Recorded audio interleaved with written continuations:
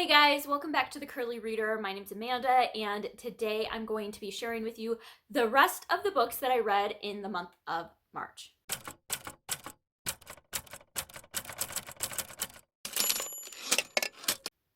So March was middle grade March. I had a blast during middle grade March reading middle grade all month with so many of you.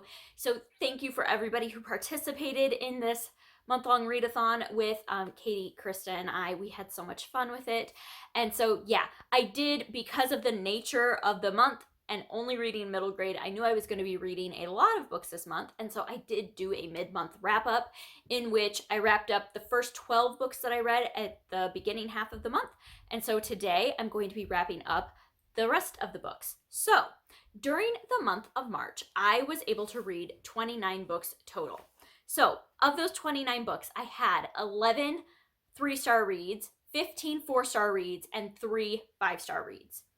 I had 11 physical reads and 18 audio reads. I read 20 books that I physically own and 9 books that I borrowed from either the library or Scribd, which is an audiobook service.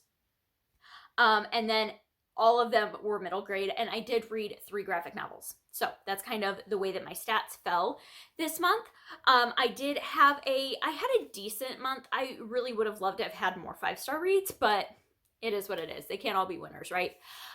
So yeah, I am going to be sharing with you today the latter 17 books that I read in the month, and I will be linking my mid-month wrap-up if you are interested in hearing about the first 12 books that I read in the month. All right, so let's get started. These are in no particular order at all. I was going to try to order them, and then I just decided not to because it's easier to just go through the stack. I will start with our group read. Our group read for middle grade March was The Brave by James Bird. This is the story of an Ojibwe or half Ojibwe boy who has a condition where he counts, if somebody speaks to him, he counts the words that they speak to him, and he has to say the number before he responds. And so it's never named in the book whether it's OCD or autism or a learning disability or a speech impediment, or it never says what it is. We just know he has this condition, and it's causing issues with him at school. He lives with his dad. He's never met his mom in California, and it's causing all these issues with school. And so his dad decides that it's time for him to go live with his mom on an Ojibwe reservation in Minnesota. And so he goes to live with his mom, and it kind of goes from there. Well, he goes to live with his mom. He meets a girl who lives next door who is, he just is very curious about her, and then it goes from there. That's a key point of the book. So anyway, we had a very, very lengthy discussion. It's like an hour and a half long about this book. It is posted on Krista's channel, and so I will link that down below if you are interested in our spoilery thoughts about this book. But this book, I appreciated parts of this book, but overall I felt like it was lacking in research from a number of different perspectives. I felt like it focused very heavily on a romance aspect between the boy and the girl next door, and I felt like that was just borderline not quite appropriate for the age range. And so overall I gave this a 3-star, a lower 3-star. All right, the next book that I want to share with you is the only book that I don't physically have with me here today, and that is The Good War by Todd Strasser. This is a book that I was able to get an ARC from NetGalley, and so thank you, NetGalley, for that. But I also listened to this book on audio, and this book was very interesting.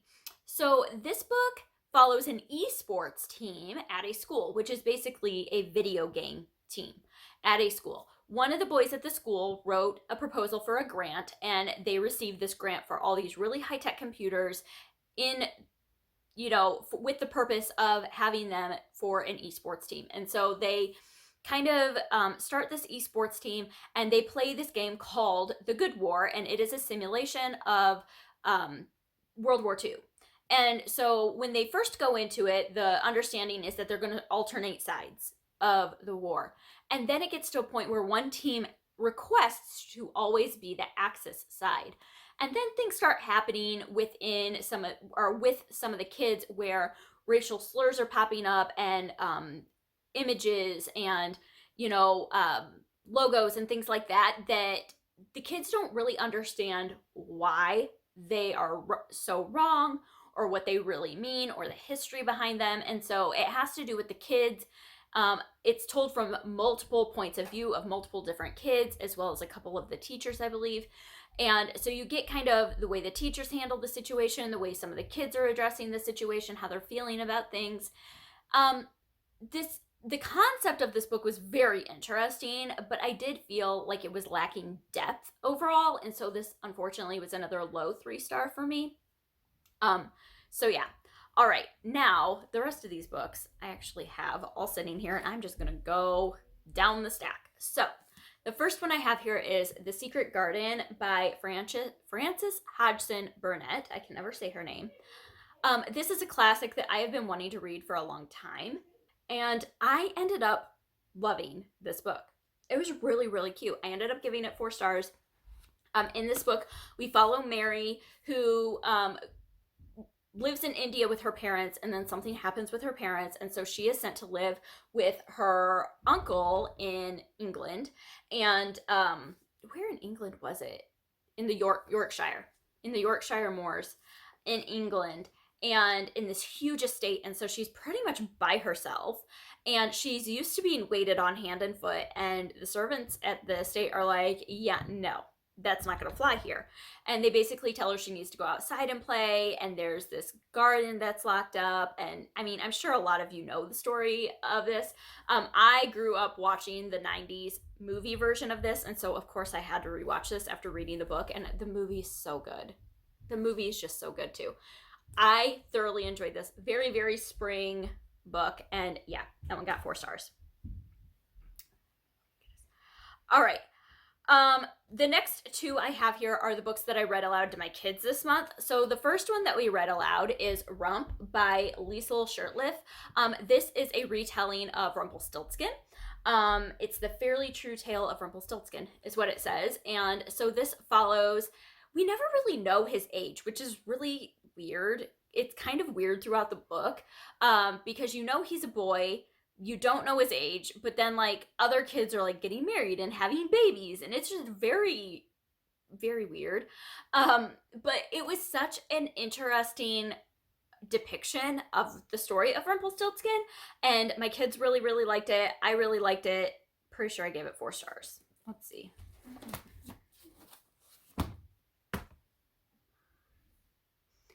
Yeah, I gave this one 4 stars. All right, and then the other one that I read aloud with my kids was requested by one of my kids, and that is Tales of the Fourth Grade Nothing by Judy Blume. My kids love listening to Fudge, Super Fudge, Fudgemania.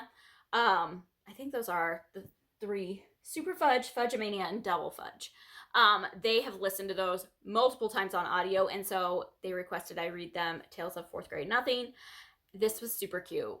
It was just fun. It is about, what's his name, Peter, and his little brother Fudge, who's like 2 or 3. Peter's in 4th grade, and Peter's just frustrated with the fact that Fudge gets all this attention because he's cute, and nobody cares about Peter, and it's just unfair, and there's just a lot of antics, and it's super short. It was very, very sweet. I gave it 4 stars.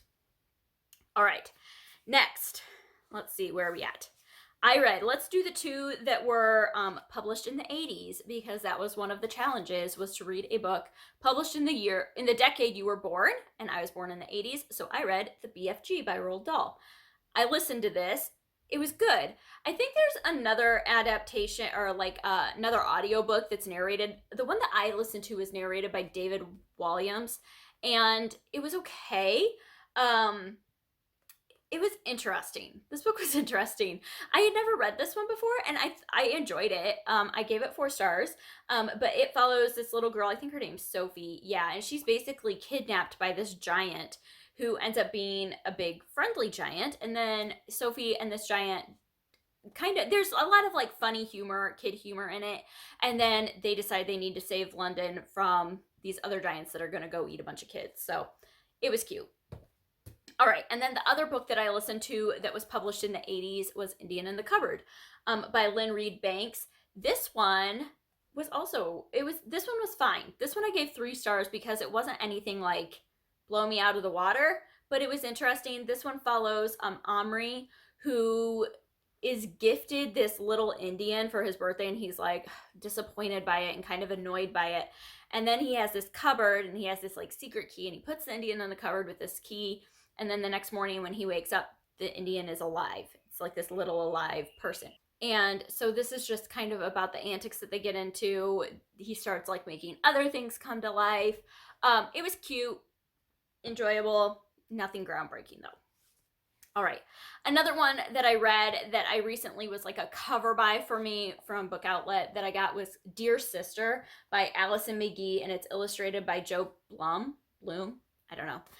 This is heavily illustrated, and it is basically, I read this in a matter of minutes, but it was so stinking cute. It starts with this kid writing these letters to his sister that his parents like won't let him give his sister. Like the first one says, "Dear sister, they told me to draw a picture of you for your baby book. Here you go." And then it's just kind of like these smart alecky, like, I'm sorry that I made you do this. And then P.S. This letter was basically like oh my goodness. How did it? I have to find it because it's so funny. The sincere apology above is a prepared statement that the wardens made me sign. And so like that comes into play a lot. And then like by the end, he's 18 and leaving for college, and his sister, it's just cute. It's very, very sweet. I gave that one 4 stars. A graphic novel that I read is Snapdragon by Kat Lay. This one was weird. It was good. It was weird. It is about Snapdragon, who is this girl who basically there's this rumor that this witch lives in this town, and she's like, I don't believe that. Her dog, she like went missing, and so she's looking for her dog, and the rumor is that this witch eats animals, and so she goes looking for it, and the witch is not a witch. It's this person who basically takes roadkill, buries it in her yard until it's completely decomposed and only the bones are left, and then reconstructs the skeletons and sells them online, like to museums and collectors and things like that. It's very bizarre. And Snapdragon is very interested in this and asks to help, and so it's kind of their story. And then some witchy things come into play as well. This one is definitely has a lot of LGBTQIA plus representation in it. One of the characters transitions throughout the book and is transgender, and then there is some just good representation in this book about that. There's lots of like animal spirits and things like that in here. So I ended up giving this one 3 stars just because for me personally, like, it was just a little too out there for me. But it was enjoyable, and the art style was fun if you're interested in the art style. So yeah, that was Snapdragon. All right, and then one that I ended up pre-ordering, it was on my most anticipated releases of the winter months, or at the first 3 months of the year, and that is the One Thing You'd Save by Linda Sue Park. This one was tiny. I was not expecting it to be this tiny when I pre-ordered it and paid $17 for it, but we're not going to talk about that because it was actually really good. This is a book, once again, that's heavily illustrated, and it's told in poetry form. Linda Sue Park uses I gotta look it up because I'm gonna say it wrong. The line structure from Shizo traditional Korean poetry to write these like poems. So it's like technically a novel in verse, but what it's about is this teacher asking her students to think about if your house caught on fire and there was only one thing you could save, all your family like is safe outside, what's the one thing you would save? And everybody has a different, like, they have discussion about it and they all have a different take on it, and it's It's super good. I liked it. 4 stars. Okay. It was 4 stars just because it was a little simple. I really wish it would have just gone there a little bit more. So I wanted to clarify that. I also read Simone Lefray and the Chocolatier's Ball by S.P. O'Farrell. This is one that the author kindly sent me, and I ended up really enjoying this one. This follows our main character, Simone, who is like a secret agent kid. She lives in Paris, and her father owns a patisserie. Her mother is also a secret agent, and so her mother is actually gone for the entire novel. And she's staying at the patisserie. Her and her sister and her dad live upstairs above it. And so there's this thief that the agency has like been tracking for a while, and he comes into play, and she kind of has to do some secret agent work. And at the same time, some weird things are starting to happen with her dad's patisserie, and this one was good. I really enjoyed it. I gave this one 4 stars, but it would be a low 4 stars only because there were a couple of things in this book that I kind of rolled my eyes at a little bit that were just like, it could have been better, you know? But overall, I thought this was interesting, and it made me interested to pick up the sequel. I know there's going to be a sequel for it. So it did do that. But yeah, so that was Simone Lefray and the Chocolatier's Ball. All right. And then I also I listened to Land of the Cranes by Aida Salazar. This one, you guys, was probably my favorite book that I read this month. It was so powerful. This is a book also told in verse. It does also have some illustrations in it. Not as many, but it does have some. But it's told in verse, and it follows our main character, who I'm not going to be able to remember, Batita, who lives in California. Yeah, she lives in Los Angeles. So her dad has always told her these stories of them fleeing the cartel in Mexico and fleeing to Los Angeles, and they are there illegally, and it's just their story of living that life. And her dad does get his employer is like raided, and he does get deported, and so they have to figure that out. And then her mom and her end up spending some time in one of the detention centers on the Mexican-US border. And so there's a lot to do with that, and the conditions there, and the experiences there, and what's going on. This book, like, I finished this and immediately handed it to my kid and said, you need to read this, because it was so powerful. And I will say, as someone who lives in the Midwest, and like the issues that are going on the border right now, I know are such a huge deal, but they don't impact our daily lives, and so they're not at the forefront of our minds every day. And this definitely challenged some of my opinions on some of the things that were happening and how to handle them. And I love that about books. I love when books can challenge you and just make you think about things in a different way. And so this one, highly, highly, highly recommend picking this one up. 5 stars for sure. Okay. And then I think I am down to my final 5. So I did a project where I read all of Katherine Rundell's middle grade books. I did do a vlog kind of style for this. And so I will post that video below so you can really see my in-depth thoughts kind of about these. But I did read all 5 of the Katherine Rundell books. I actually own 4 of them. I did get Good Thieves from the library. Overall, I enjoyed most of the Katherine Rundell books, but I enjoyed some more than others. So the one that I liked the least was The Explorer. This is about a group of kids whose plane goes down in the Amazon jungle in Brazil, and they kind of have to survive. The next one was Rooftoppers. This is about an orphan girl who has strong feelings that her mom is alive, and so her and her adoptive father go to Paris to look, and she ends up on the rooftops and finds a group of kids that lives on the rooftops of Paris, and they kind of help her search for her mom. So there was that one. Oh, sorry. These ones were both 3 stars, but low 3 stars for both of those. I really liked The Good Thieves. This is about a girl who comes to New York from England. because her grandfather is very, very depressed. He's been swindled by I don't know if it's a mob boss per se, but it's set in the 1920s in New York. And so she has taken it upon herself to like steal something back of her grandfather's, and so she gets this group of kids together, and a couple of them are from the circus. And yeah, this one was a good time for sure. So this one was low 4 stars. I thoroughly enjoyed Cartwheeling in Thunderstorms. This is about a girl who lives in Zimbabwe and is just kind of lives with the animals and is free to roam and doesn't really have a lot of rules. And then something happens with her dad. And so her mom had passed away prior, and so she only lives with her dad. Something happens with her dad, and she is sent to a boarding school in London and has a very, very, very difficult time assimilating.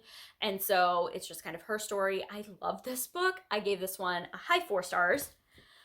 And then the last one is The Wolf Wilder. This is set in Russia prior to the Russian Revolution. And this one is about a girl who wilds domesticated wolves. So once they are no longer, their owners no longer want them, they want to send them back into the wild. She teaches them how to survive in the wild again.